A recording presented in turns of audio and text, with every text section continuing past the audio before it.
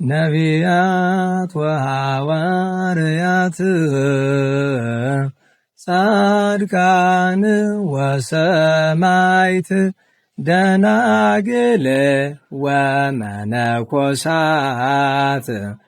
አይሩግ ወሕፃናት ገዳማውያን ወሊቃውንት ሰአሉ ለነ ኩልክሙ ቅድመ መንበሩ ለጸባኦት። በስመ አብ ወወልድ ወመንፈስ ቅዱስ አሐዱ አምላክ አሜን። መጋቢት 10 ቀን የሚከበሩ የቅዱሳን በዓላት ቅዱስ ዕፀ መስቀል። ለስም አጠራሩ ጌትነት ይሁንና ቸር አምላካችንና መድኃኒታችን ኢየሱስ ክርስቶስ እኛን ለማዳን ከሰማያዊ ክብሩ ወደ ምድር ወርዶ በማኅፀነ ማርያም እግዝእትነ በኪነ ጥበቡ ተጸንሶ በሕቱም ድንግልና ተወልዶ በፈቃዱ መከራ መስቀልን ተቀብሎ ከግራ ቁመት ከገሃነመ እሳት ከሰይጣን ባርነት ከኃጢአት ቁራኝነትም አድኖናል። እምቶነ እሳት ዘይነድድ አንገፈነ እንዳለ ሊቁ። ምንም መስቀል በብሉይ የወንጀለኞች መቅጫ ሆኖ ቢቆይም እግዚአብሔር ለዓለም መዳኛነት የመረጠው ነውና ኅብረ ትንቢቶች ሲነገሩለት በብዙ ኅብር አምሳልም ሲመሰል ኑሯል። ከተፈጥሯችን ጀምሮ ዓለም ራሷ አርያ ትምህርተ መስቀል ናት። እግዚአብሔር ለቃየን እንዳይገሉት ከሰጠው ምልክት ኦሪት ዘፍጥረት ምዕራፍ 4 ቁጥር 15 ጀምሮ ይስሐቅ ሊሰዋ የተሸከመው እንጨት፣ ኦሪት ዘፍጥረት ምዕራፍ 22 ቁጥር 6 ቅዱስ ያዕቆብ ያያት የወርቅ መሰላል፣ ኦሪት ዘፍጥረት ምዕራፍ 28 ቁጥር 12 ያዕቆብ ዮሴፍን ልጆች የባረከበት መንገድ፣ ኦሪት ዘፍጥረት ምዕራፍ 48 ቁጥር 14 ባሕረ ኤርትራን የከፈለችው ሙሴ በትር፣ ኦሪት ዘጸአት ምዕራፍ 14 ቁጥር 15 የናሱ እባብ የተሰቀለበት እንጨት፣ ኦሪት ዘኍልቍ ምዕራፍ 21 ቁጥር 8 ጨምሮ በርካታ ምሳሌዎች ለቅዱስ መስቀሉ መኖራቸውን መተርጉማን ተናግረዋል። ቅዱስ ዳዊትን የመሰሉ ነቢያት ደግሞ ለሚፈሩ ከቀስት ያመልጡ ዘንድ ምልክትን ሰጣቸው እያሉ መስቀሉን ርቀት ተመልክተዋል። መዝሙረ ዳዊት ምዕራፍ 59 ቁጥር 4። በአዲስ ኪዳን ግን ምሳሌው ገሃድ ሆኖ ጌታ በዕፀ መስቀል ላይ ተሰቅሎ ሥጋውን ቆረሰበት፣ ደሙን አፈሰሰበት፣ ዓለምንም አዳነበት። ስለዚህም መስቀል ብርሃን ለኩሉ ዓለም መሠረተ ቤተ ክርስቲያን ተብሎ የሚመሰገን ሆኗል።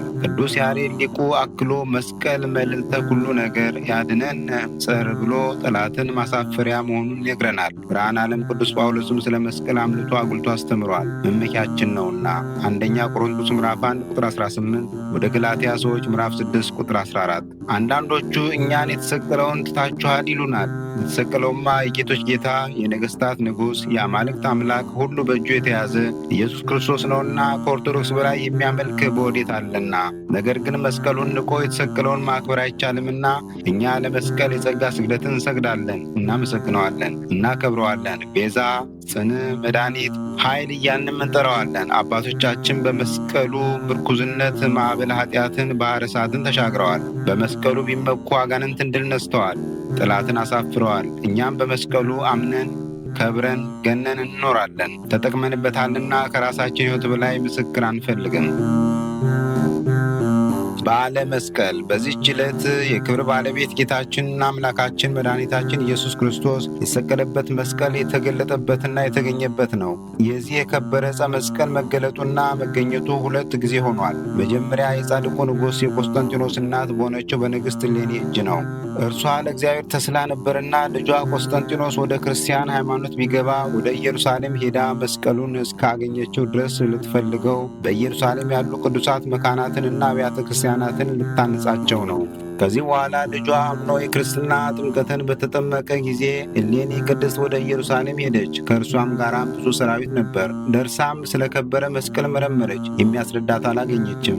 የአይሁድ ወገን የሆነ አንድ ሽማግሌ ሰው አስራ በረሃብና በጥም አሰቃየችው። በተጨነቀም ጊዜ ለንግሥት እሌኒ የጎልጎታን ኮረብታ አስጠርጊ ብሎ ነገራት። እርሷም ይጠርጉ ዘንድ አይሁድን አዘዘቻቸው። ቤቱን የሚጠርግ ሰው ሁሉ ጥራጊውን በውስጡ የከበረ መስቀል ባለበት በጌታችን መቃብር ላይ እንዲጥል እንዲቃጠል አይሁድ አስቀድመው አዝዘው ነበርና ንግሥት እሌኒ እስከደረሰችበት ጊዜ ከ200 ዓመት በላይ ጥርጊያዎችን ሲጥሉበት ኑሮ ኮረብታም ሆነ።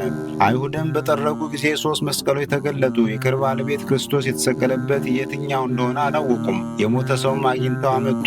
አንዱንም መስቀል አምጥተው በሞተው ሰው ላይ አኖሩት፣ አልተነሳም። ደግሞ ሌላውን መስቀል አምጥተው በሙቱ ላይ አኖሩ፣ አሁንም አልተነሳም። ከዚህ በኋላ 3ኛውን መስቀል አምጥተው በሙቱ ላይ አደረጉት።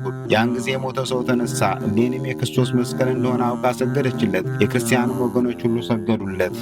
ለልጇ የላከችው ይህ መስቀል ነው የሚል በሌላ መጽሐፍ ይገኛል። የቀረው ግን ግንዱ በውስጡ ተተክሎበት የነበረው ከእርሱም እኩሌታውን ከቅንዋቱ ጋር ወደ ልጇ የላከችው ነው። ከዚህ በኋላ ሥርዓታቸውና የሕንጻቸው ነገር በመስከረም ወር በ17 ተጽፎ የሚገኝ አብያተ ክርስቲያናትና የከበሩ ቦታዎችን አነጸች። ሁለተኛው በሮም ንጉሥ በሕርቃል ዘመን የሆነው ሲሆን የፋርስ ሰዎች በግብፅ አገር ሳሉ ወደ አገራቸው ሊመለሱ ወደዱ። ከሹማምንታቸው አንዱ የጦር መኮንን ተነጥሎ ወደ ኢየሩሳሌም አልፎ ደረሰ። ወደ ከበረ መስቀል ቤተ ክርስቲያንም ገባ። መስቀሉም በላዩ በተተከለበት ግንድ ፊት ታላቅ ብርሃን ሲበራ አይቶ ሊያነሳው እጁን ዘረጋ። እሳትም ወጥታ እጁን አቃጠለችው። ከክርስቲያን በቀር ማንም ሊነካው እንደማይችል የመስቀሉን የክብሩን ነገር ሰዎች ነገሩት። 2 ዲያቆናትንም ይዞ የከበረ መስቀሉን እንዲሸከሙ አዘዛቸው። ከኢየሩሳሌም ብዙ ሰዎችን ማርኮ ወደ አገሩ ተመለሰ። የፋርስ ሰዎች ኢየሩሳሌምን እንዳጠፏት ብዙዎች ሰዎችም እንደማረኩና የከበረ የክርስቶስንም መስቀል እንደወሰዱ የሮም ንጉሥ ሕርቃል በሰማ ጊዜ እጅግ አዘነ። ስለ እርሱም እንዲጾሙ ምዕመናንን አዝዞ ወደ ፋርስ ዘምቶ ወጋቸው፣ ብዙዎችንም ገደላቸው። የከበረ ዕፀ መስቀልንም እየፈለገ በሀገራቸው ሁሉ ዞሮ ግን አላገኘውም። ያ ዲያቆናቱና መስቀሉን የወሰደ መኮንን ከቦታቸው በቤቱ አንጻር ባለ በአንድ ቦታ ላይ ወስዷቸው ጥልቅ ጉድጓድ እንዲቆፍሩ አዝዞ በዚያ የከበረ መስቀልን አስቀበረ። እነዛንም ዲያቆናት ገደላቸው። ነገር ግን ያ መኮንን የማረካት የካህናት ወገን የሆነች በእርሱ ቤት የምትኖር አንዲት ብላቴና ነበረች።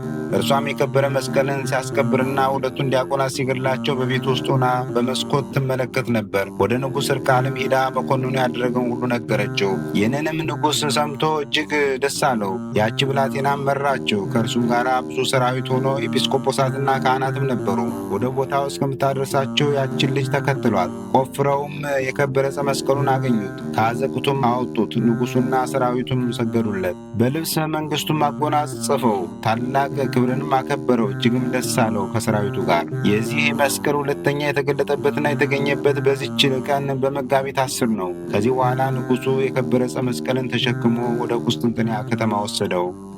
መድኃኔዓለም ክርስቶስ ካረገ ከዓመታት በኋላ አይሁድ በአንድ ነገር ተቸገሩ። የክርስቶስን ሐዋርያት እያሳደዱ ቢገድሉ መድኃኔዓለም ክርስቶስ ካረገ ከዓመታት በኋላ አይሁድ በአንድ ነገር ተቸገሩ።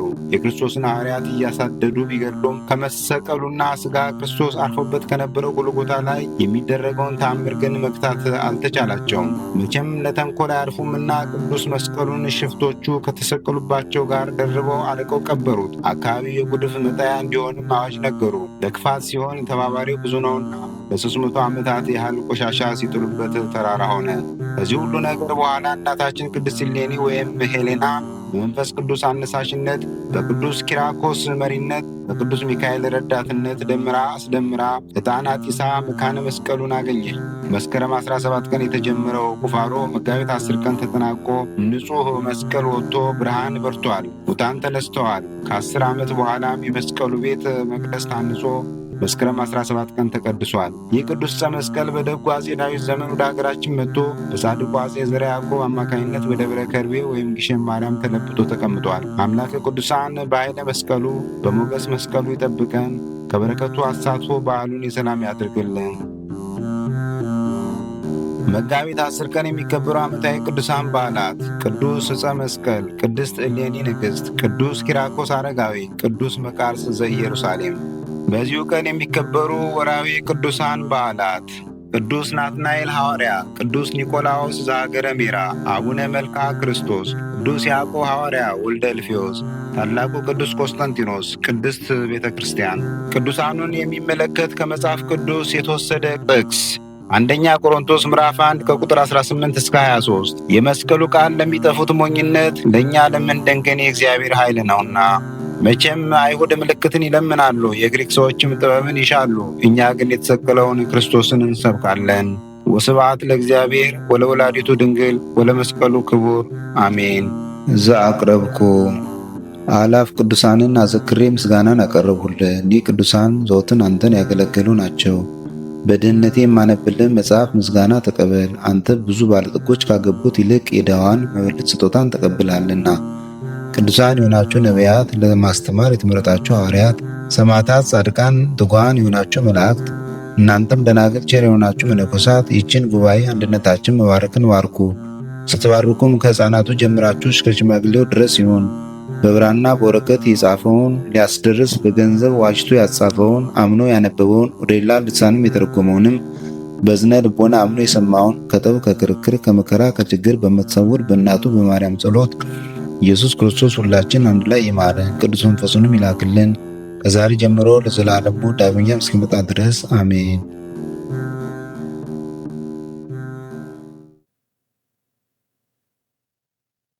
ነቢያት ወሐዋርያት